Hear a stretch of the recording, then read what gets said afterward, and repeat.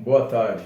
Vou começar aqui agora o estudo das 7 eras da igreja, contidas em Apocalipse, né?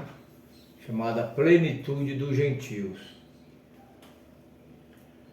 A era da igreja de Éfeso, ela começou com Paulo e termina com Laodiceia, com o profeta que Deus nos tem enviado para esse tempo. Essa era da igreja de Éfeso, ela começou em Jerusalém, né? Foi a primeira luz. Foi ali no dia de Pentecostes, né? A era pentecostal. Paulo ele era um perseguidor da igreja de Cristo e Deus fez ele de um perseguidor a um perseguido, por causa do nome do Senhor Jesus Cristo. Então ele foi o primeiro mensageiro da era de Éfeso. Agora, essas 7 eras da igreja, elas estão contidas em Apocalipse, e o irmão Brana, o profeta que Deus nos enviou para esse tempo, a qual nos revelou esses mistérios, né? As 7 eras da igreja e os 7 selos, ele começa assim: me aprofundei nas muitas histórias das igrejas, foi-me permitido pelo Espírito Santo ver descortinado um padrão que se estende através dos séculos e até exatamente esse último e presente dia. Ele viu descortinado diante dele um padrão que se estendia desde a primeira era até a era de Laodiceia. Então, ele diz aqui, a revelação de Deus que nunca muda. O que ele fez na primeira vez, terá que continuar fazendo até que seja feito pela última vez. Nunca haverá uma mudança. Aplique isso às eras da igreja. O tipo de homem que Deus escolheu para a primeira era, e como Deus se manifestou no ministério deste homem, seria o exemplo para todas as outras eras. O que Deus fez na primeira era da igreja é o que Ele quer fazer em todas as outras eras. Mesmo padrão.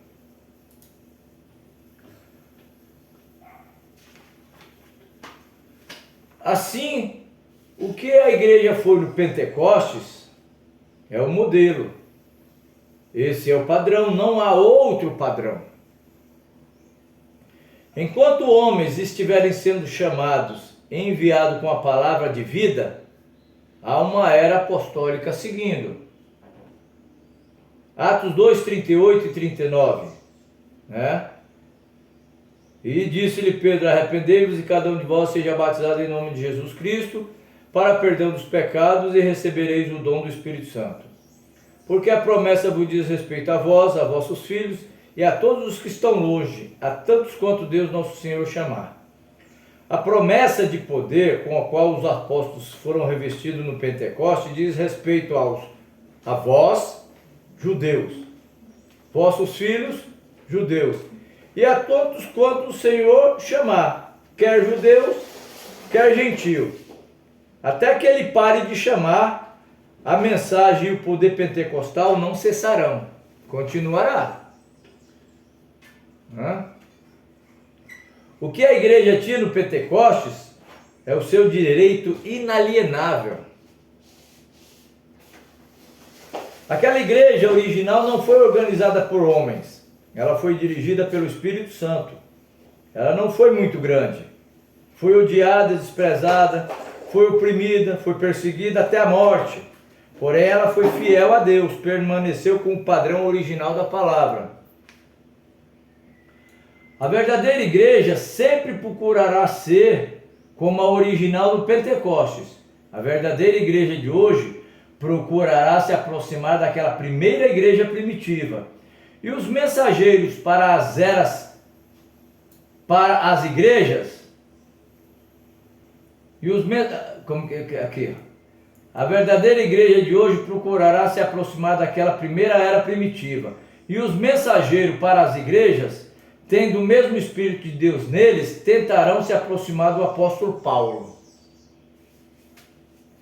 Você tem que trabalhar a partir do original. Agora, uma vez que você entende como chegamos à conclusão de como a verdadeira igreja se pareceria, o que ela foi no Pentecoste e o que ela foi na era apostólica, como exposto no livro do Atos dos Apóstolos, podemos aplicar a mesma regra para todas, para mostrar onde a igreja falhou. Durante o percorrer dos tempos, ela falhou. Mas quem? A noiva do Senhor Jesus Cristo? Não. Nós estamos falando da igreja. Porque existe a igreja, existe a noiva. Apocalipse fala, quem tem ouvido, ouça o que o Espírito diz às igrejas. São mais de uma. Ou seja, nós temos a verdadeira igreja e nós temos a falsa igreja. Então ele está falando as duas. Agora, aqui se arrepende, alcança perdão. Aqui não se arrepende, continua no seu erro. Então aqui nós vemos aqui, que a igreja de Deus que começou no Pentecostes, ela continuará sendo, porque afinal de contas ela começou em Pentecostes, foi o fogo de Deus, o fogo vindo do alto. A palavra de Deus não fala para Pedro, tudo que ligares na terra será ligado no céu, o que desligares na terra será desligado no céu? Pois é, Pedro aqui em Atos 2,38, ele ligou o batismo em nome do Senhor Jesus Cristo. Paulo, ele era um perseguidor da igreja de Cristo, então ele ele perseguia a igreja do Senhor Jesus Cristo, que usava o nome de Jesus para tudo.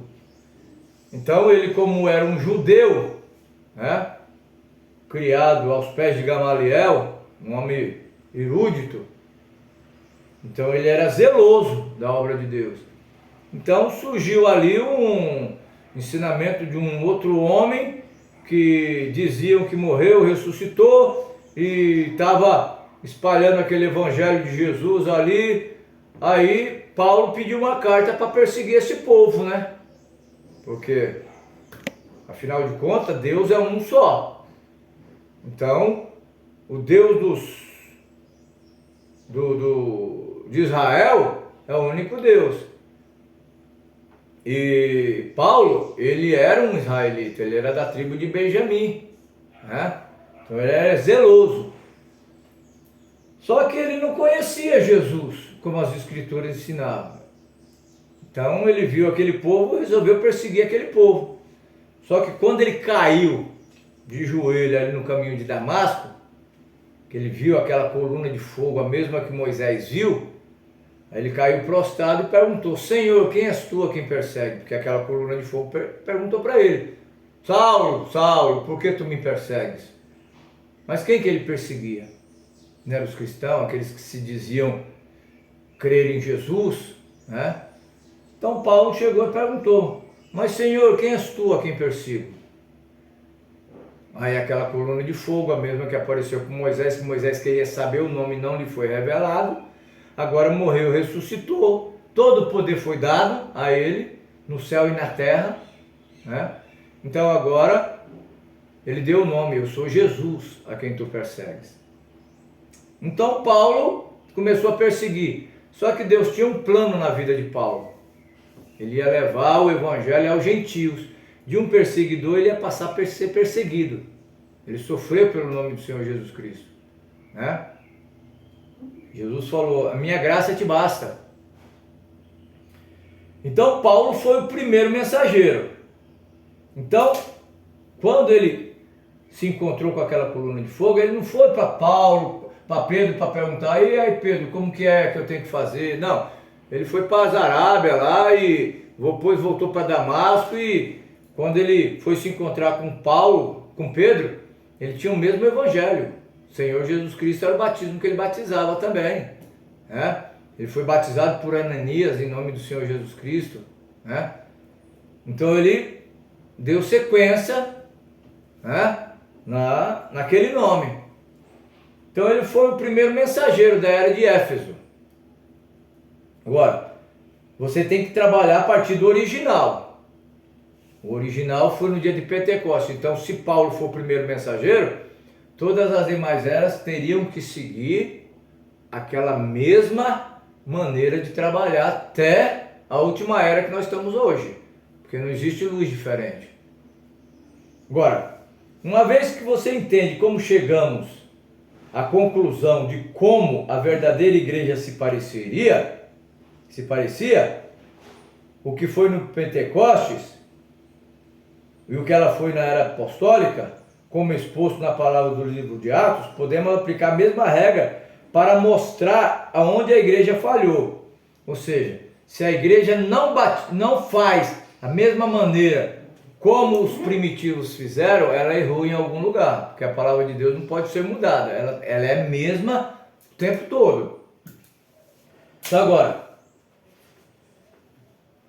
eu disse que a verdadeira igreja procuraria ser sempre como foi no livro de Atos, isso é exatamente correto, mas descobrimos que a palavra também mostra uma invasão de erros, até que haja um completo obscurecimento da verdade nos últimos dias, quando o Senhor estiver para aparecer. Surge então a pergunta em nossas mentes: Deus abandona os seus e deixa cair em um estado de completo engano? De forma alguma, pois a Escritura diz muito claramente em Mateus 24, que os escolhidos não podem ser enganados. Surgirão falsos cristos, falsos profetas, farão tão grandes sinais e prodígios, se possível fosse, enganaria até os escolhidos. Agora, há uma igreja verdadeira e uma igreja falsa. Há uma verdadeira vinha e uma vinha falsa. Mas é claro que a falsa igreja, o corpo da falsa vinha, sempre procurará usurpar a posição da verdadeira igreja e sustentar que ela, e não os eleitos, são os verdadeiros e autênticos. A falsa procurará matar a verdadeira, assim como foi no livro de Atos. É assim que é exposto nas 7 eras, e é assim que está declarado nas várias epístolas. E é assim que foi, é assim que é agora e é assim que será. Não pode mudar. Por que o nome do Senhor Jesus Cristo é tão perseguido? É isso que traz o inimigo contra. Por quê? Porque é o nome de Deus, ele não quer ver esse nome ser elevado.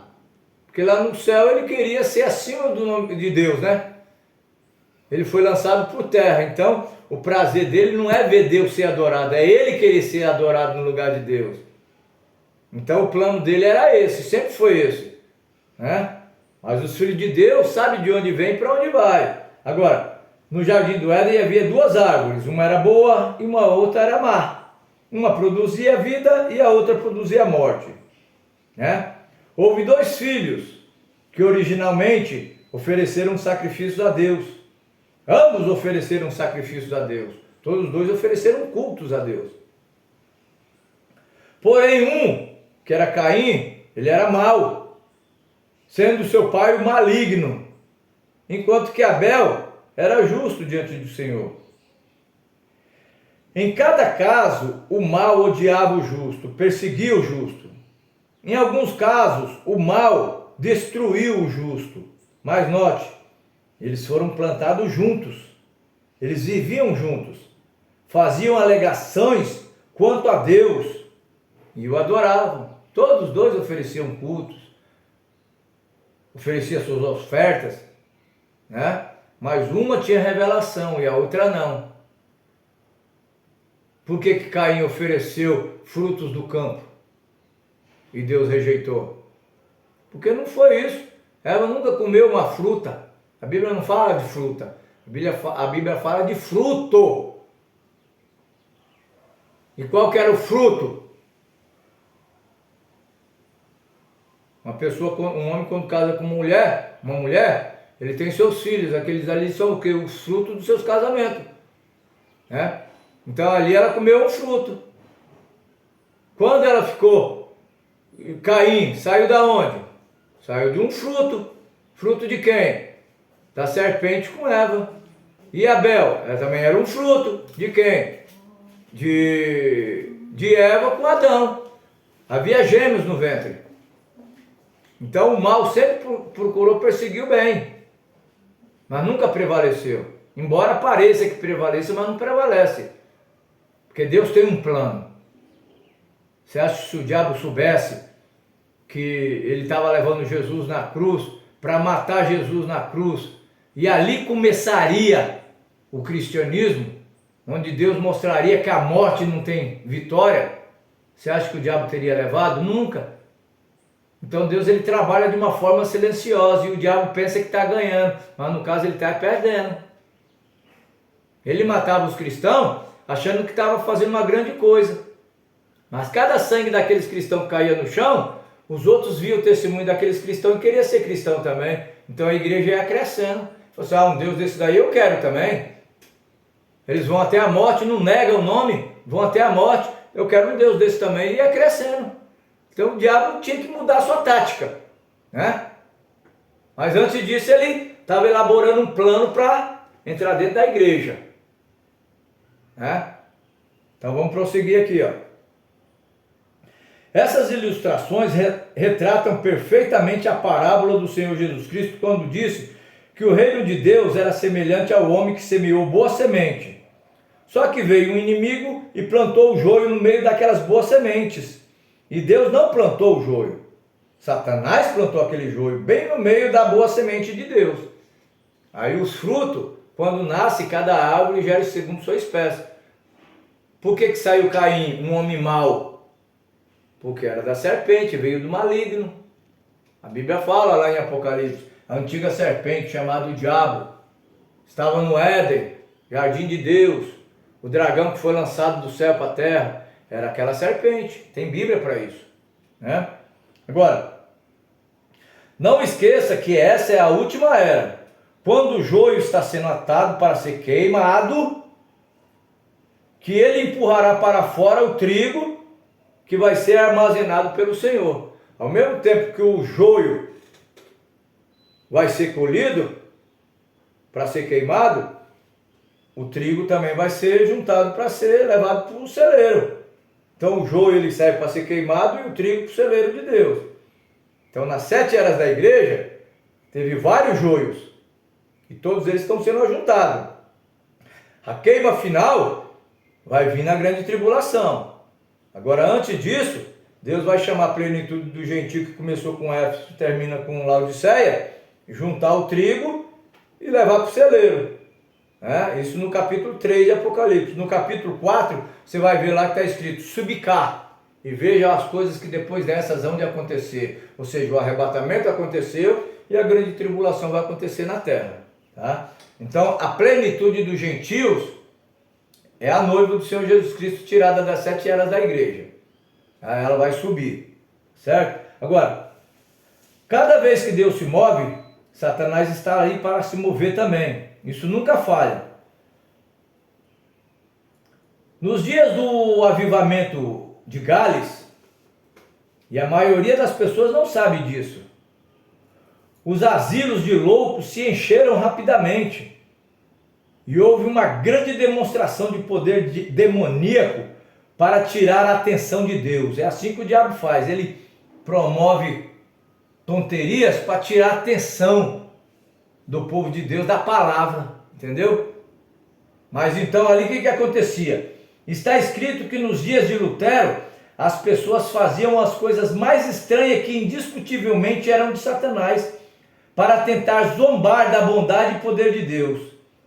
Nos dias de Lutero, disse que o grande milagre do seu ministério não constituiu no fato de que ele protestasse com sucesso contra a Igreja Católica Romana, mas o milagre constituiu no fato de que ele pudesse e conseguisse permanecer são, equilibrado no meio dos fanáticos que estavam muitas vezes cheios de e guiados por espíritos malignos, espíritos errados. Entendeu? Agora, Paulo disse, esses são manchas em vossas festas de caridade, banqueteando-se convosco. Estão ali. comendo com vocês, ali no meio, só que são de semente separada. Entendeu? Então ali, ó, manchas em vossas festas de solenidade, banqueteando convosco. Davi falou, foi na casa comigo, foi na casa de Deus comigo, né? Esse era o meu inimigo. Confiava nele, ia na casa de Deus com ele e aquele lá levantou contra ele. Lembra Judas? Judas estava ali com Jesus o tempo todo. Jesus sabia quem era ele, mas Jesus nunca impediu. Por quê? Porque seria manifesto na hora. Né? Judas estava ali contra Jesus. Era o diabo encarnado e Deus encarnado. Né? Agora, acho que há algo mais que você deve saber. As 7 igrejas a qual João escreveu ficam na Ásia Menor. E são todas igrejas gentias. Ele não fala a igreja de Jerusalém, que era na sua maior parte judia, com talvez alguns gentios nela. A razão é que Deus voltara dos judeus para os gentios. Assim, o conjunto das eras da igreja é Deus tratando com os gentios e chamando uma noiva gentia para si mesmo. Isso faz das 7 eras da igreja a plenitude dos gentios, a mesma coisa. Né? Você vai ver em Atos 13, 47, 48, né? Paulo e Barnabé, usando de ousadia, eles disseram: era mistério que a vós se pregasse primeiro a palavra de Deus, mas visto que a rejeiteis e vós não julgais digno da vida eterna, eis que nós voltamos para os judeus, porque o Senhor assim nos mandou. Eu te pus para a luz dos gentios, para que seja salvação até os confins da terra. Nós estamos nos confins da terra. O evangelho começou lá, só que Deus cegou eles para que nós tivéssemos uma oportunidade. O evangelho vai voltar de novo para eles, mas depois da plenitude dos gentios. Depois da plenitude dos gentios, nenhum gentio mais será salvo. O evangelho agora vai voltar para os judeus de novo. Assim como Deus cegou eles e veio para nós, que somos os jambuzeiros bravos, enxertados na boa oliveira, e os ramos naturais foram tirados, quanto mais os ramos naturais serão enxertados de novo, e os gentios serão tirados. Entendeu? Então é isso que tem que tomar cuidado. É uma oportunidade que Deus deu para os gentios. Então essa mensagem ele enviou para essa era, o mesmo evangelho de Paulo, Irineu, Martim, Columba, Lutero, Wesley e William Branham. É uma mensagem só o tempo todo. São as 7 eras da igreja. E ele está no meio das eras da igreja. E ele tem seus mensageiros, que é comparado como estrelas. Estrelas só brilham à noite. Então é como Deus manda um mensageiro quando as coisas não andam bem. Entendeu? Então quando tudo tivesse, hoje por exemplo, hoje nós temos um profeta. Olha o tanto de religião que nós temos. Ninguém sabe qual caminho seguir. Um ensina uma coisa, outro ensina outra, outro ensina outra. Por isso que Deus precisa de um profeta para trazer de volta a palavra original do dia dos apóstolos. Esse é o padrão. Né? O mensageiro para essa igreja foi Paulo. Ele foi profeta mensageiro para os gentios. Ele disse: aprove a Deus que desde o ventre da minha mãe me separou e me chamou pela sua graça a revelar seu filho em mim, para que o pregasse entre os gentios. Eu não consultei a carne nem o sangue, nem tornei a Jerusalém até com os que já antes de mim já eram apóstolos.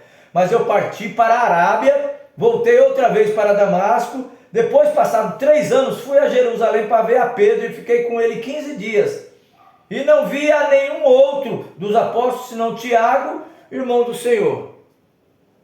Isso está tudo, né? Tudo nas escrituras. Subi por uma revelação, lhes pus o evangelho que prego entre os gentios, e particularmente aos que estavam em estima, para que de maneira alguma corresse ou tivesse corrido em vão. Paulo fundou a igreja de Éfeso por volta da metade do século. Isso permite estabelecer a data do princípio da era da igreja de Éfeso, cerca de 53 anos depois de Cristo. Note que Paulo não estava organizado, mas era guiado pelo Espírito. Como Deus impeliu Moisés para tirar Israel do Egito. O Concílio de Jerusalém jamais enviou Paulo, nem teve qualquer jurisdição sobre ele. Não foi um concílio de Jerusalém, foi diretamente de Deus. Eles não tiveram um concílio ali, quem nós vamos enviar? Não, foi diretamente de Deus. Deus e somente Deus operou o envio e a direção. Paulo não era dos homens, mas de Deus. Gálatas 1:1, né? Agora, existia lá naquele tempo os falsos irmãos que se tinham intrometido e secretamente entraram a espiar a nossa liberdade. Paulo está dizendo aqui que nós temos em Cristo Jesus para nos pôr em servidão. Queria que eles servissem, mas não era assim. Eles queriam nos pôr em servidão, a quais nós nem ainda por uma hora cedemos com sujeição, para que a verdade do Evangelho permanecesse entre vós. Ele foi duro, ele firme, manteve aquela palavra, né? Paulo tinha sido o meio de introduzir milhões de ovelhas gentias. Ele as alimentou, cuidou delas, até que conduzissem fruto justo e estivessem preparadas para encontrar o Senhor como uma parte da noiva gentia. Agora, a palavra Éfeso, ela significa relaxado. Um seguir a Jesus Cristo menos ardente começou a se manifestar com um presságio de que nas eras futuras o veículo físico chamado igreja submergeria nas hediondez da profundeza de Satanás, tornara relaxada e estava à deriva. A minúscula semente plantada na era de Éfeso cresceria um dia no espírito do erro, até que todas as aves imundas do ar se aninhassem em seus ramos. Tão inofensiva ao raciocínio humano aquela pequena planta parecia para aquela nova Eva, a nova igreja, que novamente ela seria enganada por Satanás. A era de Éfeso tinha oferecido a ela a oportunidade de ter o melhor de Deus, e por algum tempo ela prevaleceu e depois relaxou. Naquele momento de descuido, Satanás plantou a semente da completa ruína. Começaram a introduzir lá dentro, entre eles. Agora, eles eram pagãos. O magnífico templo de Diana, que esteve tantos anos em construção, abrigava em seus pátios sagrados a mais expressiva e modesta imagem de Diana que se podia imaginar. Ela era completamente diferente de qualquer outra imagem sua instalada em outros templos dedicados a ela. Ela era simplesmente uma figura feminina sem forma, que finalmente descambava no bloco de madeira no qual ela fora esculpida, e seus dois braços eram formados de duas simples barras de ferro. Quão perfeitamente isso retratava o espírito do anticristo solto na primeira era. Lá estava ele solto no meio do povo. Embora não tomasse nenhuma forma que alarmasse as pessoas, os dois braços de barras de ferro mostrava que era o seu intento em esmagar a obra de Deus enquanto fazia as suas incursões. Entendeu? Mas um dia eles notariam, quando com aqueles braços de ferro suas obras se tornassem uma doutrina, e sua doutrina se tornasse a lei de um império. Agora você veja como ele é astuto. O irmão Brana pregou sobre o primeiro selo. Aqui nós estamos falando sobre a primeira era da igreja. Olha o que o irmão Brana fala no primeiro selo, no parágrafo 295. Está escrito assim: lembre-se que nas eras da igreja, quando abrimos a primeira era lá da igreja lá atrás, verificamos que o Espírito Santo estava contra certa coisa a que eles tinham dado início naquela era, que foi chamada as obras do Nicolaíta. Nicolaíta era um dito em uma igreja, tornou-se uma doutrina na próxima era da igreja, e na terceira era da igreja foi uma imposição. E eles fizeram o concílio de Nicéia e tornou-se então uma doutrina em uma igreja. E qual foi a primeira coisa que aconteceu? Uma organização a partir dela. Foi a primeira vez que ela se organizou. Sabe qual foi a primeira igreja denominada? Foi a Igreja Católica. Ela se denominou. Agora, lá nesse templo de Diana, isso era o paganismo, lá tinha lá os eunucos, né? Eles eram sacerdotes eunucos. Agora, esse sacerdócio estéril, pronunciava a esterilidade de um povo que se desviaria da palavra, pois um povo que alega conhecer a Deus e desvia da palavra,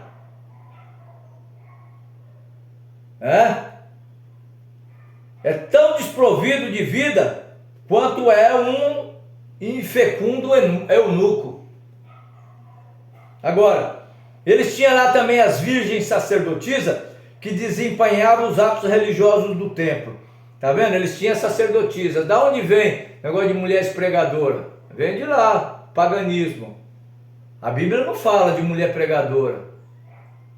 Não, Paulo falou sobre isso. Mas onde teve elas? Lá, ó, sacerdotisas. Vê se na Bíblia fala de sacerdotisa. Não fala. Sacerdotisa aqui, se você encontrar, você vai ver que é o quê? É o feminino de sacerdote no meio dos pagãos. Dos pagãos.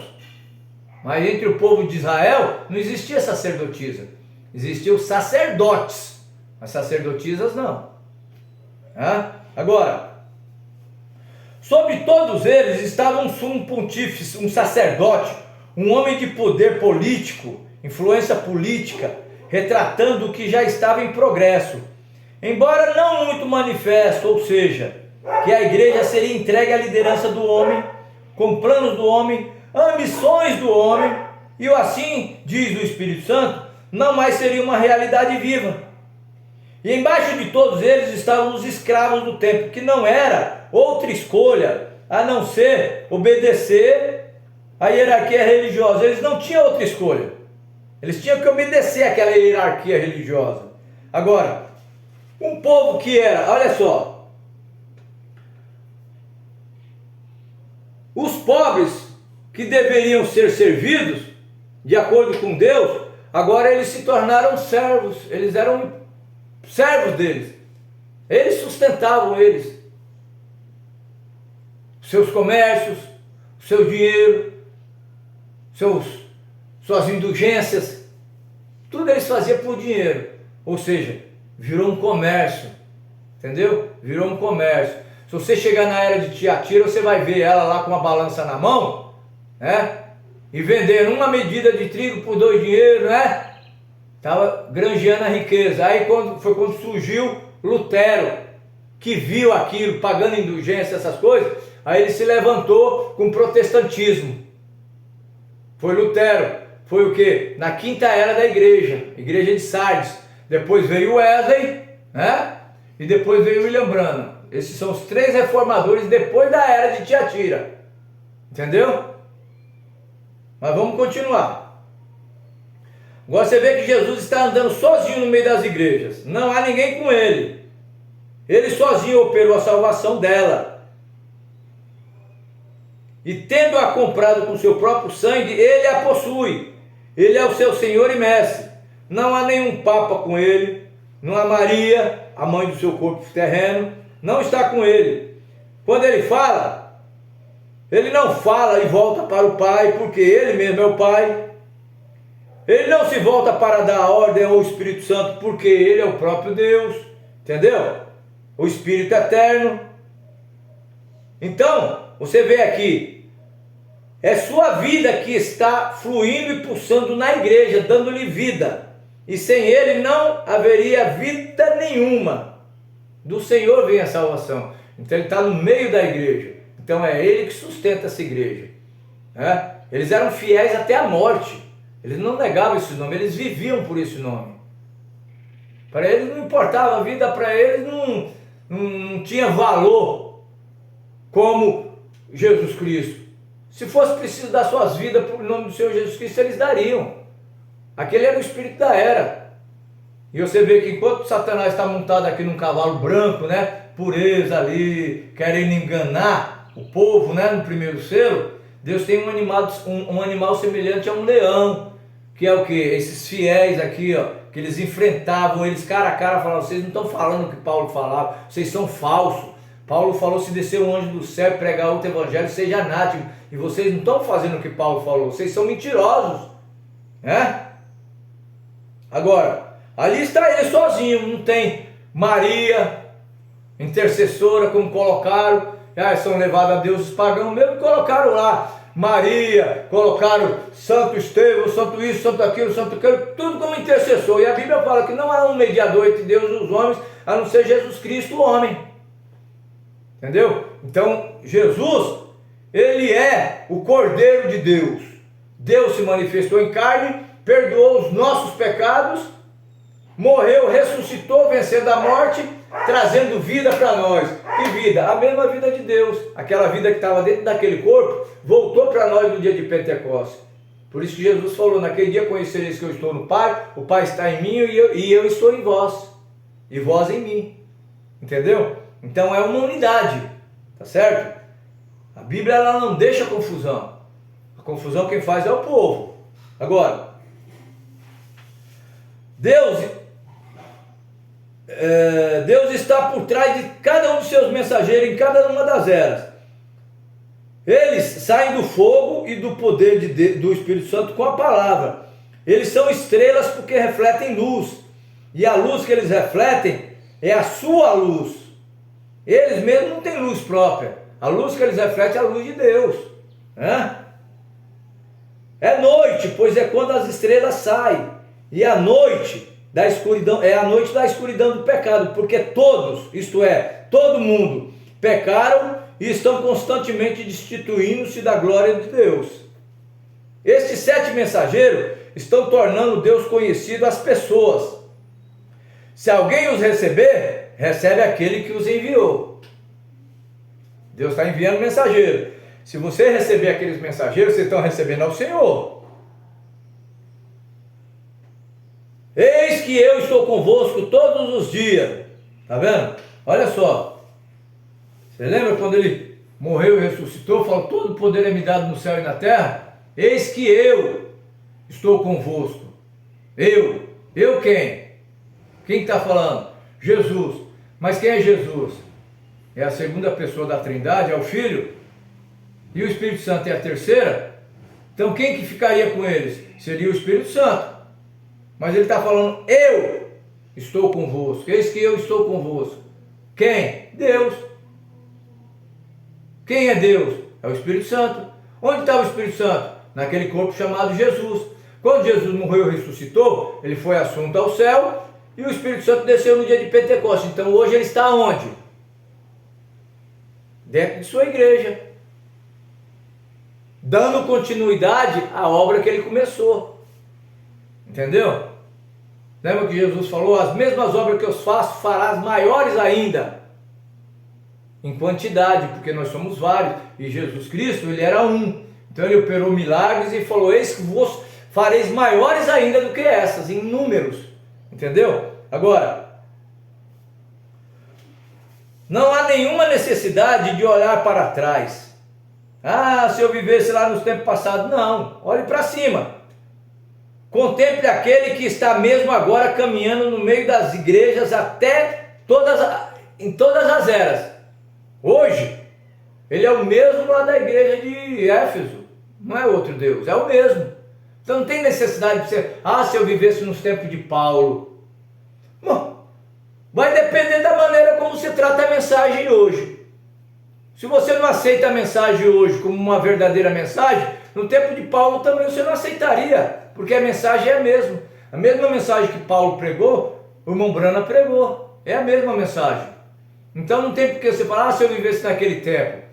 Veja onde você está hoje e é onde você estaria naquele dia. Entendeu? Isso é simples. Agora, sem ele, ela é simplesmente uma sociedade religiosa, um clube, um ajuntamento de pessoas sem sentido. É uma loja. A igreja hoje virou um comércio. Por quê? Porque Deus não está lá. Você vê que lá em Apocalipse, a era de Laodiceia, a condição dela, eis que estou à porta e bato. Quem é que bate na porta? Porque está do lado de fora. Então Jesus não está dentro das igrejas, eles têm tirado Jesus para fora da igreja. Olha o batismo em nome do Senhor Jesus Cristo, eles não querem ir lá dentro. Você quer ver você arrumar um problema? Vai lá e conversa com o pastor. Pastor, o batismo verdadeiro é em nome do Senhor Jesus Cristo. Por que aqui nós batizamos em nome do Pai, Filho e Espírito Santo, que são títulos e não é o nome? Aí eles vão te expulsar lá de dentro. Por quê? Porque eles não querem você lá dentro com esse batismo. Entendeu? Eles querem o quê? Operar maravilhas, vida com abundância. Agora, quando se fala batismo usando o nome do Senhor Jesus Cristo, eles não querem. Por quê? Porque é bíblico. É como os apóstolos ensinaram. Eles preferem ficar como o quê? Como Roma ensinou. Roma ensinou desse jeito. Procura ver de onde vem a origem, batismo trinitariano. Coloca lá, Trindade, vê de onde surgiu. Se Trindade fosse de Deus, esse nome estava escrito dentro da Bíblia, Trindade. Mas não existe essa palavra Trindade dentro da Bíblia. Não existe. Onde você acha um nome Trindade dentro das Escrituras? Em lugar nenhum. Onde você encontra alguém sendo batizado de outra maneira, a não ser em nome do Senhor Jesus Cristo? Eles receberam uma ordem para batizar em nome. E eles usaram o nome, não os títulos. Porque Pai, Filho e Espírito é títulos. É como eu sou pai, eu sou filho, tenho um espírito, mas meu nome não é esse. Eu tenho um nome. Então Jesus exigiu o nome. E os apóstolos fizeram como Jesus pediu. Mas só que no transcorrer das eras, foram entrando os falsos no meio e foi comendo pelas beiradas até entrar, e surgir aquele grande ecumenismo de Nicéia, concílio de Nicéia, e lá mudaram o batismo. Então aí você vai ver o que Deus fala daquela era, que foi a era de Pérgamo, inteiramente casado. Aqui ele estava vindo de uma maneira só rasteira, ali calmo, para não assustar, somos todos irmãos, entendeu? Eles estavam vindo ali e via a simplicidade do povo de Deus, ali sobre o evangelho de Paulo, Pedro, Tiago, João. Eles não tinham ouro nem prata, mas o que temos te dou, em nome do Senhor Jesus Cristo, Leandro. Você lembra lá na Porta Formosa? Quer dizer, ele não era um homem rico, E não é como eles dizem também que Pedro foi o primeiro Papa, porque isso aí eles são baseados em cima de mentira. Porque se Pedro foi o primeiro Papa, ele era um Papa casado, porque Jesus curou a sogra de Pedro. E se Pedro tinha sogra, ele era casado. Então, há uma controvérsia aí que só os discernidores da palavra que vão entender essas coisas, Agora, veja bem, vamos prosseguir devagar. A verdadeira igreja de Jesus Cristo, a noiva, é semelhante a ouro puro. Ela é gloriosa por dentro e por fora. O castiçal ali não era de ouro apenas, era de ouro batido, feito à mão com ouro batido, de acordo com os seus projetos, as quais foram dados pelo Espírito, com exceção de seu Senhor e Mestre Jesus Cristo. Existiu alguma vez um povo tão batido e purgado como a noiva do Senhor Jesus Cristo? Ela é ouro. Por isso que ela foi açoitada, perseguida, mas venceu. Por quê? Porque ela estava refletindo o caráter de Cristo. Eles morriam, mas era a semente que estava caindo na terra. Eles ressuscitariam de novo, um dia que seria na última era, e nós, se estivéssemos vivos, vamos ser transformados. Então eles não morreram, eles estão descansando. Deus colocou eles para descansar, e aqueles que não aceitaram ali, que aceitaram só os sistemas religiosos ali, mudando, entrando calmamente ali, comendo pelas beiradas ali, Deus deixou eles de lado, entregou eles ali para a imagem do erro. Você vê lá em 2 Tessalonicenses que está escrito: Deus lhes permitiu o espírito do erro, para que eles crescem numa mentira. Mentira vindo de quem? Daquele homem que se sentaria como Deus, querendo parecer Deus, levantando contra tudo que se chama Deus. Quando ele começou lá na primeira era, no cavalo branco, ele era um fanfarrão. Ele estava montado num cavalo branco por quê? Porque queria parecer com Cristo. Porque Cristo vem montado num cavalo de Apocalipse, lá no capítulo 19. Então ele queria enganar. E enganou muitos mesmo. Mas só que os verdadeiros crentes não. Porque se possível fosse, enganaria. Eles não foram enganados. Por quê? Ele tinha um arco na mão, mas não tinha flecha. Então as pessoas diziam, isso daí é o Deus Cupido, que está com aquela flecha e lançando a flecha nos corações dos homens, com a flecha do amor. Mas veja se a Bíblia fala que ele tinha flecha. Diz que ele tinha arco, mas não tinha flecha. E ele não tinha coroa para começar. Foi-lhe dado uma coroa. Agora, ele começou como um espírito. O espírito não faz mal para ninguém. Ele entra ali como um pensamento, vai entrando num no outro. Então ele não podia fazer nada manifesto, não podia matar, ele não podia fazer nada, porque senão ele assustava as pessoas. Depois foi lhe dado uma coroa. Quando foi lhe dado uma coroa, aí ele se tornou papal. Aí ele tinha casado ali na era de Pérgamo. Depois de Éfeso vem Esmirna, depois de Esmirna vem Pérgamo. Na era de Pérgamo ele casou com o Estado. Quando casou com o Estado, agora foi lhe dado o direito de matar quem não tivesse de acordo com eles. Matou mais de 68 milhões de cristãos por causa dessa doutrina, Santíssima Trindade. E os cristãos não sabem disso. Os que morriam eram aqueles que não aceitavam outro batismo, outra doutrina, anunciada dos apóstolos. E de onde surgiu essa daí? Aí quando foi só um dito no começo, foi o cavalo branco. Depois passou a lei. Implantaram na igreja. Agora quem não tivesse de acordo ia morrer. Por quê? Porque agora tinha a união do Estado e religião. É igual a Acabe e Jezabel. Entendeu? Jezabel matou os profetas.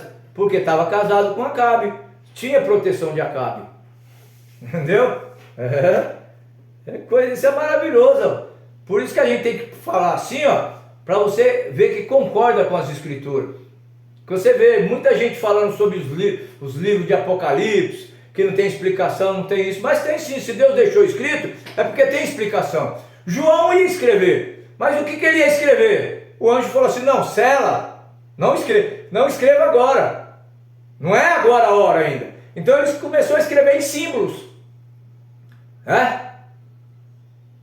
Tudo que ele estava vendo, ele estava escrito trovões, mas ele não falou o que significava o trovão. Ele viu um animal semelhante a um leão, um cordeiro, um homem, uma águia. Ele viu o cavaleiro do cavalo branco, cavalo vermelho, cavalo preto, cavalo amarelo. Só que ele estava escrevendo como ele estava vendo. Só que ele não podia trazer essa explicação como o profeta de Deus para essa era trouxe. Por quê? Porque em Apocalipse 10, versículo 7 está escrito, quando ele ia escrever, falou, sela, porque na voz do sétimo anjo, quando tocar a sua trombeta, se cumprirá o segredo de Deus, como anunciou aos seus servos os profetas. Então agora é a hora. Por quê? Porque agora nós saímos da terra. Então a noiva, ela tem conhecimento dessas coisas. Então ela aceita isso. Quando ela aceita isso aí, entra na cabeça e desce para o coração. Não fica só aqui, desce para o coração. Desceu para o coração, ninguém mais tira. Entendeu? Por quê? Porque combina com as escrituras. Não é uma coisa que é inventada, é uma coisa que combina, tem concordância. O povo de Deus não apenas trabalha por ele em um trabalho de amor, mas eles sofrem por ele com alegria. Eles são pacientes em suportar o jugo. Essa primeira era sofreu grande perseguição. Ela teve que trabalhar com afinco para pregar o evangelho e propagar a verdade. A soberana vocação deles na vida era servir a Deus. E quando suas esperanças na vida foram frustradas, eles foram pacientes e confiaram tudo àquele que prometeram uma recompensa permanente no céu, pelo que eles tinham renunciado por ele aqui na terra. Ele não podia fazer mais nada, a não ser se entregar para a morte. Entendeu? Então eles foram fiéis. Eles foram fiéis. Até a morte. O povo de Deus sempre tem sido e sempre será perseguido. Você vê, Caim perseguiu Abel. Por quê? Porque Abel agradara a Deus. Ismael lutava com o filho da promessa, que era Isaque. E lá estava Esaú, que odiava Jacó e teria matado caso Deus não intervisse. No Novo Testamento nós vemos Judas traindo Jesus, né? Agora, os filhos desse mundo, controlados pelo diabo, odeiam os filhos de Deus, que são controlados pelo Espírito. Não importa quão justo e reto um cristão seja diante do público, quão benigno seja para com seu companheiro, fazendo apenas o bem, deixa ele confessar Cristo no seu coração, fazendo apenas o bem, né? Deixa eles a confessar Cristo como seu Salvador, reconhecer a operação dos dons do Espírito em línguas, profecia, curas e milagres, e ele será condenado. O Espírito do mundo odeia o Espírito de Deus. E por não poder subjugar, subpujar o Espírito do Senhor, tenta destruir o vaso no qual o Espírito da verdade habita. Por isso que ele é contra os filhos de Deus. Por quê? Porque o Espírito Santo habita neles, né? Agora, perseguições e provas são parte natural e normal na vida de um cristão. Há somente uma coisa que você pode fazer a respeito dela: confie todas elas a Deus, não julgue e deixe para Ele conclusivo, né? E final julgamento. Deixa para Ele. Ele sabe o que está fazendo. Entendeu? Deixa com Deus. O pecado tinha entrado na igreja, mas eles eram obedientes às palavras de Paulo quando diz para tirar os iníquos dentre eles. Eles eram um povo separado, eles tinham saído do mundo e agora não iam permitir que o mundo entrasse no meio deles. Eles não suportavam o pecado na igreja. A santidade para eles não era apenas uma frase ou figura de linguagem, era um modo de vida. Entendeu? Deus não pode dar uma revelação e depois uma segunda revelação. Se ele fizesse, ele estaria mudando sua mente. Então o que Deus falou no começo tem que permanecer até o final. Não adianta o homem querer mudar Deus. Ah, Deus se modernizou, hoje pode isso, pode aquilo, pode aquilo. Como assim? A Bíblia fala que não pode, acabou. Deus não muda, céus e terra passarão, mas suas palavras jamais, ela é a mesma. Agora, o anticristo já estava se infiltrando na igreja, estava fazendo isso ao ir contra a palavra. Ser anti-palavra é ser anticristo, porque o Espírito e a palavra são um. Se você é anti-palavra, você terá que ser o anticristo. E se isso começou na primeira era, terá que crescer até o final, quando assumir o controle. O diabo vai assumir o controle um dia, entendeu? Mas o Espírito Santo vai estar sempre ali, ó. O Espírito Santo está ali, o Espírito do anticristo também está. Mas o Espírito Santo de Deus, Deus vai vir buscar. Quem tem o Espírito Santo vai sair. Quando o anticristo procurar esses aqui, não vão mais achar. Aí o que eles vão fazer? Eles vão ter que ir contra os remanescentes. Entendeu? Aí a pessoa não aceitou o nome do Senhor Jesus Cristo, enquanto estava sendo dado para os livremente, agora vai ter ou se prostra diante dessa doutrina falsa, ou tem que morrer pelo nome do Senhor Jesus Cristo. Entendeu? Só que a noiva já subiu. A misericórdia foi dada, não quis, agora é juízo. Entendeu? A palavra ela é cortante mesmo. É assim que tem que ser. Agora, a artimanha do Satanás no jardim do Éden, ele acrescentou uma pequena palavra ao que Deus dissera. Isso foi o suficiente.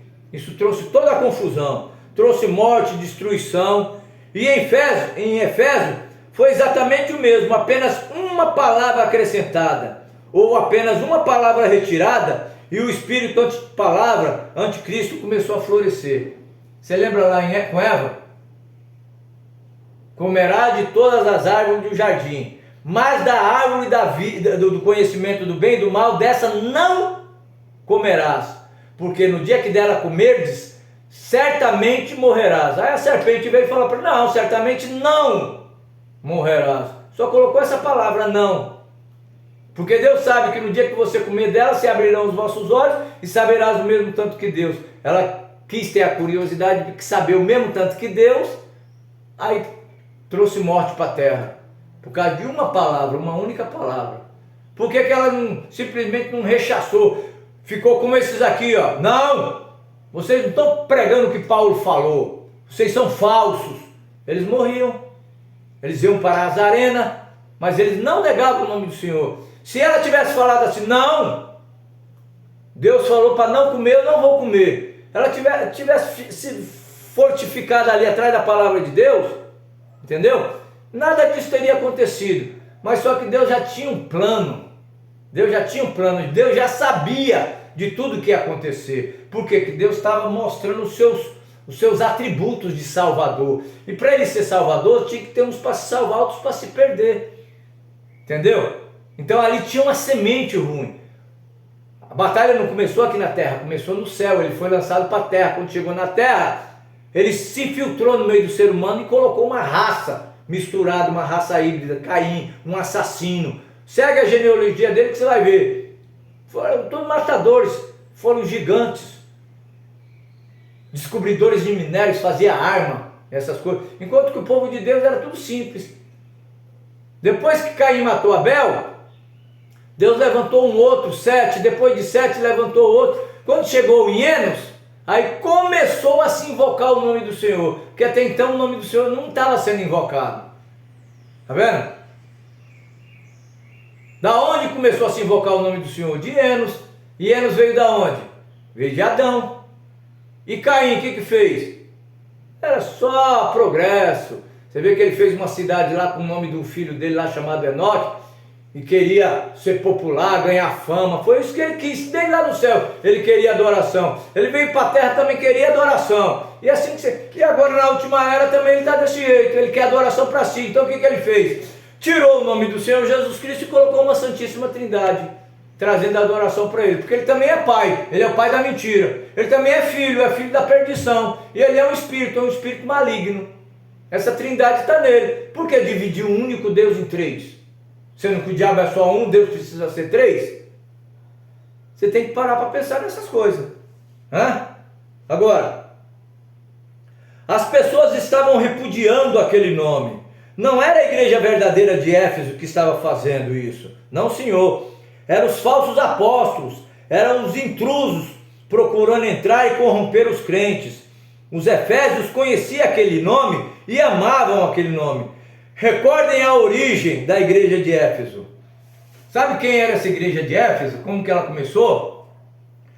Era um povo que ouviu dizer de João Batista, que estava pregando lá no deserto, dizendo para o povo se arrepender, né? Aí ele se arrependia, eu ia com João para se arrepender dos seus pecados e era batizado. E aí eles saíram dali e continuavam, né? Eles se arrependeram. Primeiro passo que eles deram. Mas quando Paulo chegou ali, você vai ver isso em Apocalipse, em Atos 19, que ele chegou e perguntou: vocês receberam o batismo com o Espírito Santo? Eles falaram: nós nem sabemos que haja Espírito Santo. Foi em que batismo vocês são batizados? Ele falou: nós somos batizados por João. Ele falou: João batizou com o batismo do arrependimento, dizendo ao povo que cresce no que após ele havia de vir, a qual é Jesus Cristo, né? Aquele que João não era nem digno de desatar a parca, as sandálias dele, né? Então eles pararam, ouviram e falaram assim: então nós queremos esse daí, se João falou dele, mandou nós se arrepender para se encontrar com ele, então agora você está vindo falando para nós dele, então nós quer ele. Aí Paulo falou: se arrependemos e cada um de vós seja batizado em nome do Senhor Jesus Cristo. Eles já tinham sido batizados por João, agora eles foram batizados de novo em nome do Senhor Jesus Cristo. Aí isso aí serve para aquelas pessoas que falaram: eu já fui batizado e não preciso ser batizado de novo. Isso serve para você, você que está ouvindo. Você que diz que é crente e fala: vai pregar para quem não é crente, né? Não, não é isso não. Cristianismo é uma coisa, ser crente até o diabo é. Agora ser cristão não, é receber o nome de Cristo, é carregar Cristo dentro de você. Quem tem o Espírito Santo diz amém, é toda a palavra de Deus. Isso é Atos 2,38, é Atos 10, Atos 19. Você encontra a Bíblia recheada de batismo em nome do Senhor Jesus Cristo. Mas batismo nos títulos Pai, Filho e Espírito Santo você não encontra em lugar nenhum. E por que você quer sustentar isso? Você quer dizer que os apóstolos todos erraram e o único que acertou foi o Papa lá de Roma? É isso? Porque foi ele que começou lá no Concílio de Nicéia com esse batismo. E os apóstolos não. Então os apóstolos erraram, aqueles que andaram com Jesus, receberam uma ordem de Jesus. Vamos parar para pensar. Vamos parar para pensar. Então eles estavam entrando ali de uma maneira, só que eles não podiam, de uma maneira brusca, já chegar assustando todo mundo, porque senão ninguém queria. Então qual que era a artimanha deles? Eles entravam ali, só rasteiramente, querendo enganar. Quer ver um exemplo? Presta atenção. Na geração de Israel, vemos um avivamento numa geração, só para ver as chamas desvanecendo na próxima. Você lembra que nos livros de Juízes fala, cada um fazia o que parecia bem aos seus próprios olhos, porque não tinha profeta naquele tempo, Deus tinha parado com eles. Então cada um fazia o que achava certo. Mas quando tudo estava descambando, Deus vinha e levantava um. Levantou Sansão. Sansão morreu. Cada um começou a fazer o que parecia bem aos seus olhos. Deus levantou outro. Gideão, Bará, e assim por diante. Jefté, né? Sempre Deus teve uma testemunha na terra. Sempre Deus trabalhou para mostrar que Ele nunca esquece do seu povo, né? Só que o povo sempre distanciando. Você pega uma fogueira, você acende ela, vai chegar uma hora que ela é só brasa. Depois a brasa apaga, fica só cinza. Aí o que precisava? Foi isso que estava acontecendo na era de Éfeso. Eles iam relaxando, até que só ficava cinza. Aí Deus veio e levantou outra era, que foi a era de Esmirna. Deu uma sopro e reativou aquela brasa de novo. Aí surgiu quem? Martim. Aliás, a era de Esmirna foi Irineu, né? O próximo mensageiro. Aí começou de novo. Começou o fogo. E os mesmos padrão, tudo que acontecia numa, ia acontecendo nas outras. Então, a verdadeira vinha sempre foi repudiada pelas outras. Você já pensou? Esse povo de Deus aqui, que estava aqui na era de Éfeso, resistia àqueles na cara. Aqueles na cara ficavam com raiva, mas não podia fazer nada, porque não podia matar ainda eles. A igreja não podia fazer nada. A única coisa que podia fazer ali é permanecer entre eles ali até a hora de abocanhar. Entendeu? Então eles veio ali com aquele artimanha, nós temos a verdade, veio aquele pensamento, nós temos a verdade, agora o que nós temos que fazer? Aí veio o espírito do anticristo, vocês têm que fazer um manual, vocês têm que fazer os dogmas, tem que escrever aí a doutrina de vocês para que ela não se perca, isso é uma verdade que, né? Aí eles caíram naquele enredo ali, mas para que você precisa de um manual, para que você precisa de tudo isso se você tem a Bíblia? Você não precisa de outra coisa, você tem a Bíblia, lê a Bíblia. Agora eles têm lá os manual deles, a regra que eles têm que fazer, como que eles têm que fazer durante o culto, é uma liturgia, sabe? Eles têm que fazer aquilo, todo culto é aquilo. Você percebe isso? A igreja de Deus não, ela é livre, ela faz o que o Espírito manda. Entendeu? Agora, não há qualquer verdade na sucessão apostólica, isso não existe na palavra. Você começa com crentes verdadeiramente nascidos, e quando a próxima geração surge, eles já não são mais simples cristãos, mas tomaram um nome denominacional e agora são o quê? Receberam nomes. A igreja fulana, igreja ciclana, igreja deutrana, né? Várias denominações. Agora eu lhe pergunto, qual o nome da igreja dos apóstolos? Eles tinham alguma igreja por nome? Religião significa uma cobertura. Então eles tinham o sangue do Senhor Jesus Cristo, eles carregavam esse nome. Então eles morriam por esse nome, essa era a igreja deles. Mas depois montaram a igreja essa, aquela, entendeu? Várias igrejas. Hoje nós temos várias igrejas, várias denominações. Entendeu? Agora, a qual você vai seguir se cada um ensina de um jeito? Você tem que seguir o padrão bíblico. Por isso que Deus manda um profeta para tirar o povo de dentro desse sistema de homens e trazer para o sistema de Deus. Sistema da Bíblia. Isso daqui é trazer direto para o sistema da Bíblia de novo. Entendeu? Agora, O ciclo do avivamento e morte nunca falhou. Tudo que você tem a fazer é relembrar esse último movimento de Deus no Espírito, quando homens e mulheres vestiam-se como cristãos, iam à igreja, tá vendo? Vestiam-se como cristãos. Hoje eles não se vestem mais como cristãos.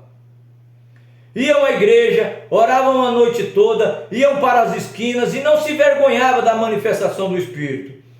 Eles deixavam suas velhas igrejas mortas e adoravam em casas, velhos armazéns. Eles tinham a realidade, mas não demorou muito tempo até que começassem a obter dinheiro suficiente para construir belas igrejas, novas igrejas, e introduziram um coro em vez de cantarem a Deus. Eles puseram togas no coro, organizaram um movimento, dirigiram pelo homem, logo começaram a ler livros que não eram adequados para se ler. Eles arriaram as travas e os bodes entraram e tomaram o controle. O grito da igreja, o grito de alegria acabara, a liberdade do Espírito acabara, e eles prosseguiram com uma forma, mas o fogo se extinguira e o negrume das cinzas era praticamente tudo que restava. Um pequeno desvio dessa palavra era um passo para longe de Cristo. A gente vê que uma coisa começa pequenininha, quanto mais vai ficando maior. Então você não tem aquele ditado que tem que cortar o mal pela raiz? Então você está vendo que está começando errado, para e começa certo. Porque senão, se está errado, você continuar, você vai cada vez errando mais. Para, dá meia volta, arrependimento é isso, dá meia volta. Isso é a palavra arrependimento. Ó, igreja de Éfeso, algo está acontecendo com você.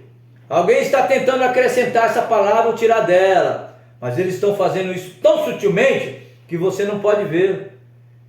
Eles não têm feito um movimento tão grande que possa vê-lo abertamente. Está encoberto.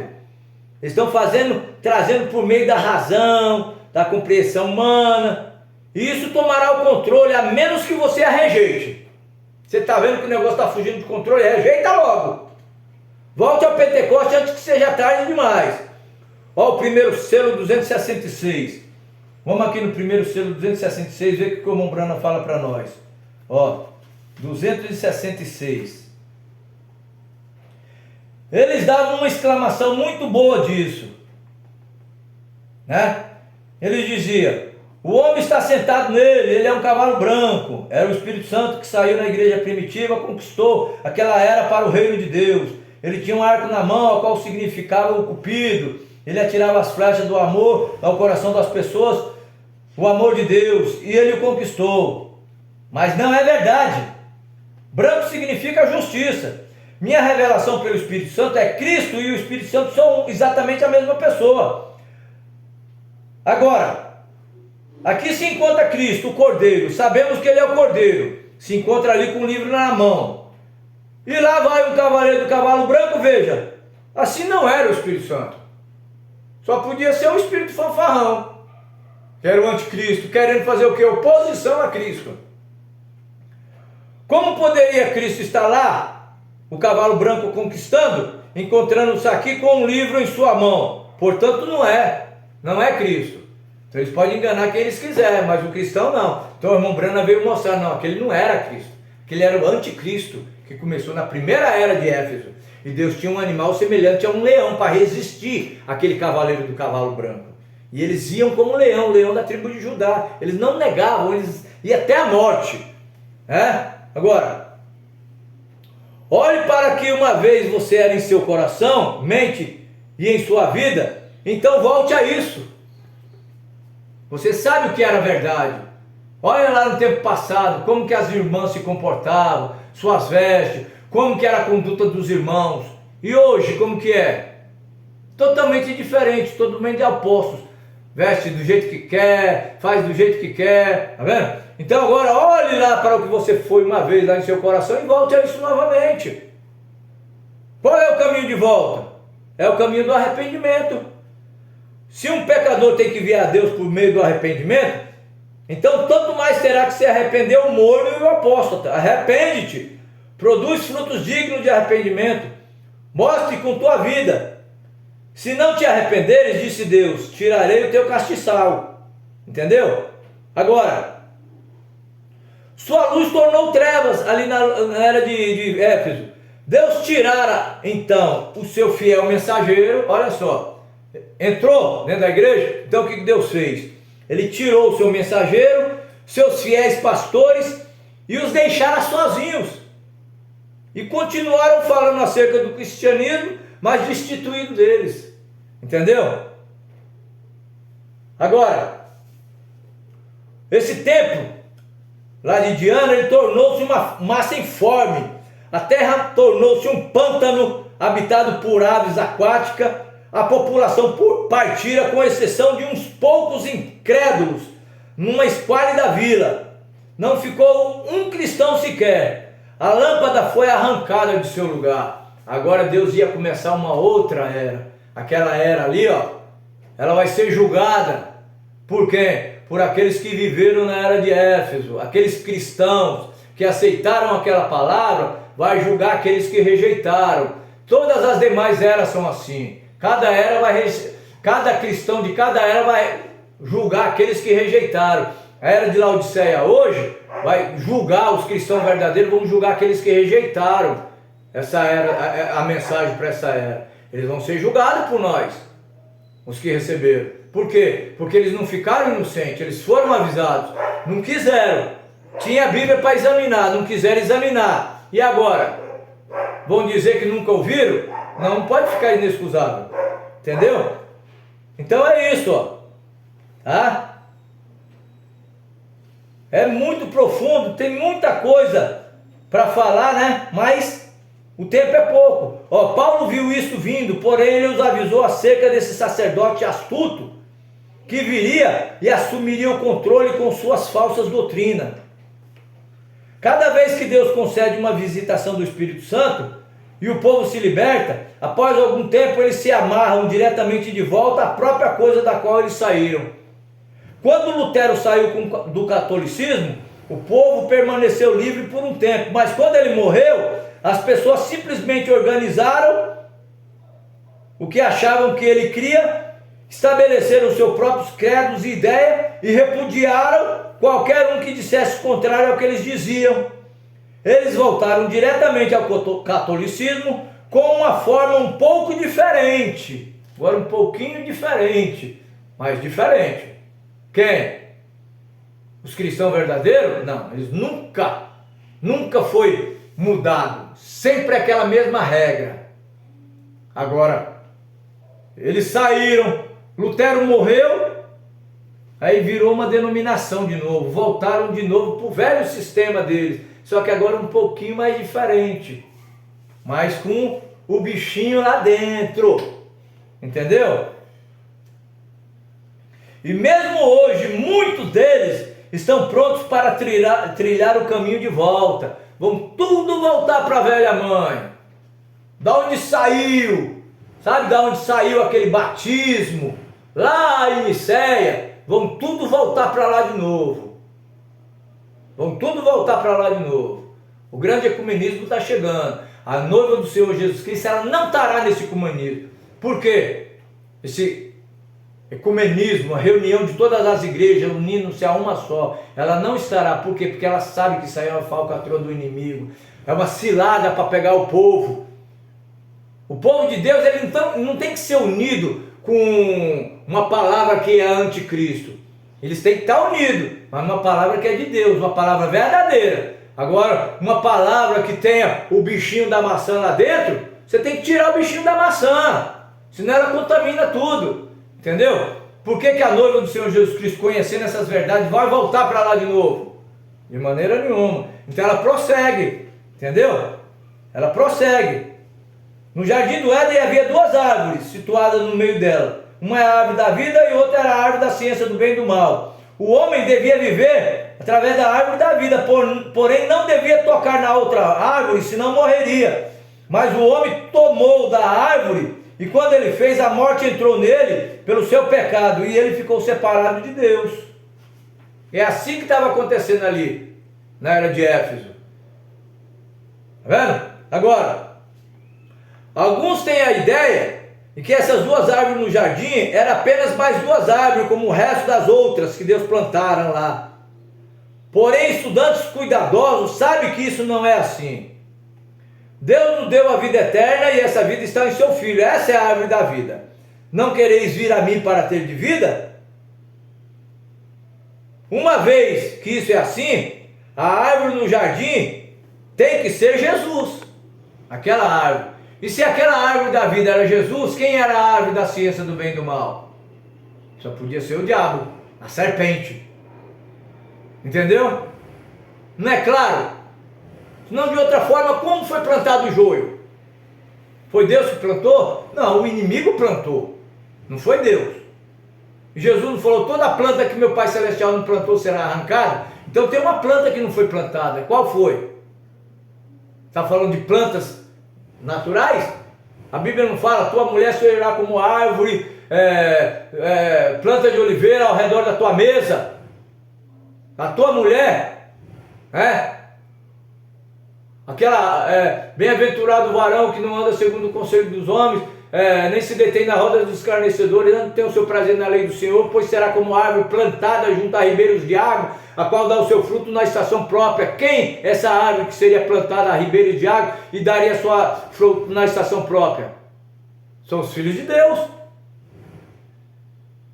João falou, o machado está posto à raiz da árvore, aquela que não gerar bons frutos será cortada e lançada no fogo. Que árvore que ele está falando? Pessoas. Então não são árvores naturais como as pessoas pensam. Entendeu? E se Jesus era aquela árvore da vida, a árvore da morte quem era? Só podia ser o inimigo, o diabo. Né? Lê lá em João 8,44. Vós tem por parte do Pai o diabo, e quereis fazer os seus desejos. Ele foi homicida desde o princípio, e não se firmou na verdade, porque não há verdade nele. Qual é o homicida? Ele foi homicida desde o princípio. Não foi lá quando Caim matou Abel? E a Bíblia não fala se eu não me engano, é em São João, que Caim era filho do maligno. Nós temos Bíblia para tudo isso. Agora, se a Bíblia não é o suficiente, quem sou eu para falar alguma coisa, né? Se a pessoa não crê na Bíblia, vai crer em mim? Vai crer num profeta que Deus enviou? Não vai, né? Então, mas isso é só para quem crê. A fé não é de todos. A fé é para todos, mas nem todos creem. Entendeu? Ai, ai, ai, é tremendo.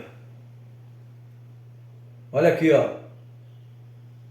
Agora, por que isso teve que ser assim? Por que foi que a semente da serpente precisou vir dessa maneira? O homem foi criado por Deus.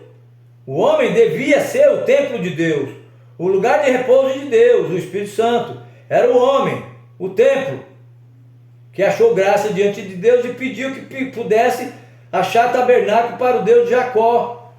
E Salomão edificou casa, mas o Altíssimo não habita em templos feitos por mão de homem, como diz o profeta. O céu é o meu trono e a terra é o estrado dos meus pés. Que casa me edificaríeis? Diz o Senhor. E qual é o lugar do meu repouso? Satanás tem sabido disso o tempo todo. Ele também quer habitar no homem, assim como Deus faz. Porém, Deus tem reservado esse direito para si mesmo. Satanás não pode fazer isso. Somente Deus apareceu em carne humana. Satanás não pôde e não pode fazer. Ele não tem poderes criativos. A única maneira de Satanás executar o que ele queria fazer foi entrar na serpente no Éden, assim como ele entrou através de espíritos malignos nos porcos de Gadara. Então, Deus não entra em animais. Satanás pode fazer e fará para atingir os seus fins. Ele não podia ter um filho diretamente através de Eva, como Deus fez com Maria. Porém, ele entrou na serpente e então enganou a Eva. E ele seduziu, e através dela, Satanás teve vicariamente um filho. Vicariamente é vigário. Ele era vigarista. Caim foi portador das plenas características espirituais de Satanás e as características animalescas, sensuais, carnais da serpente. Não admira que o Espírito Santo dissesse que Caim era do maligno. Ele era. Tá vendo? Ele era do maligno. Agora, o irmão Brano está mostrando aqui que o diabo ele só pode fazer uma coisa mal ele encarnando numa pessoa, porque ele é um espírito. Então ele só pode fazer o seu intento se ele tiver um súdito para ele entrar e fazer os seus intentos. Né? Então a pessoa tem que dar lugar para o inimigo vai e faz aquela maldade. Deus também opera desse jeito. Ele entra com o Espírito Santo dentro de uma pessoa e a pessoa faz o bem, a pessoa traz as verdades. E aquele que não gosta da verdade, ele vai se remoer por dentro.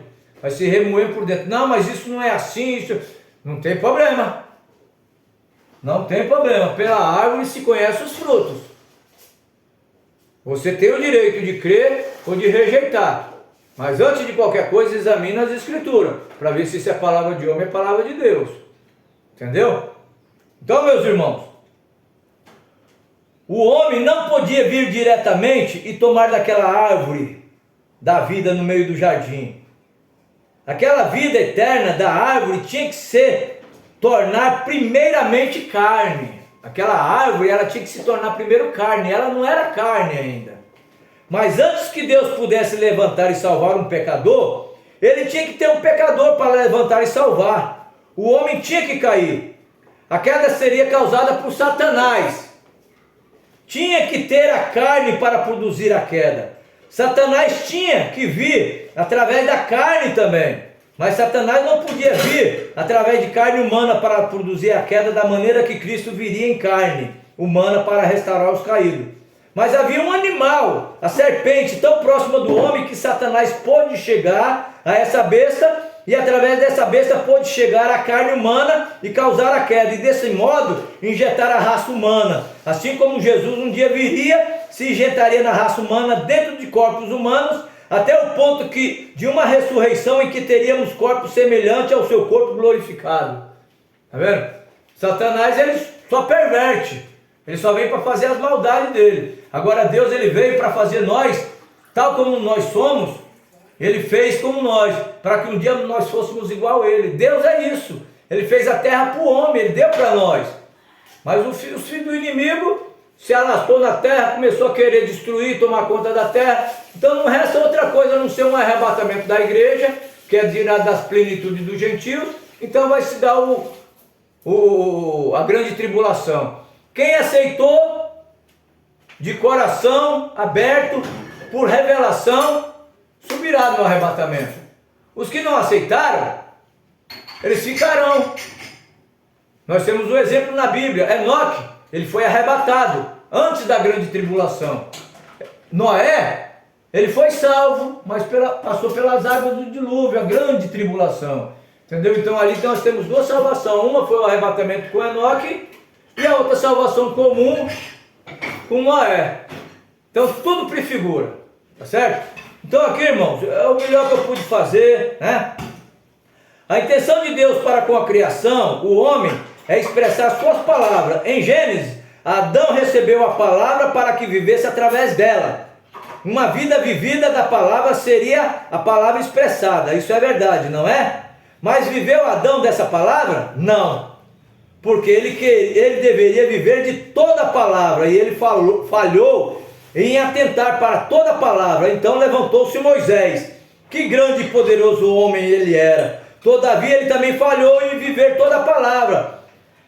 E esse profeta, o tipo do grande profeta que viria, falhou irado em obedecer a palavra. Houve também Davi, o grande rei de Israel, um homem segundo o coração de Deus. Ele falhou por adultério, ele foi tentado, mas finalmente na plenitude do tempo veio a cabeça, a saber Jesus, que também precisou ser tentado para ver se ele viveria de toda a palavra que saísse da boca de Deus. Então Satanás foi frustrado, porque ali estava um que vivia do que estava escrito, e aquela obra-prima de Deus venceu, refletindo a palavra de Deus. Então, esse ser perfeito manifestado foi dado à cruz como o perfeito Cordeiro de Deus para o perfeito sacrifício. e na árvore ele recebeu as feridas de morte, para que nós, por ele, por causa dele, pudesse comer da árvore da vida, e então essa vida dada gratuitamente nos capacitasse a vencer e expressar a palavra de Deus. Agora, no dia de dessas trevas, a luz retornará através da palavra pura, e nós retornaremos ao poder de Pentecoste para dar boas-vindas ao regresso de nosso Senhor Jesus Cristo. Deus abençoe a todos e tenham todos uma boa tarde.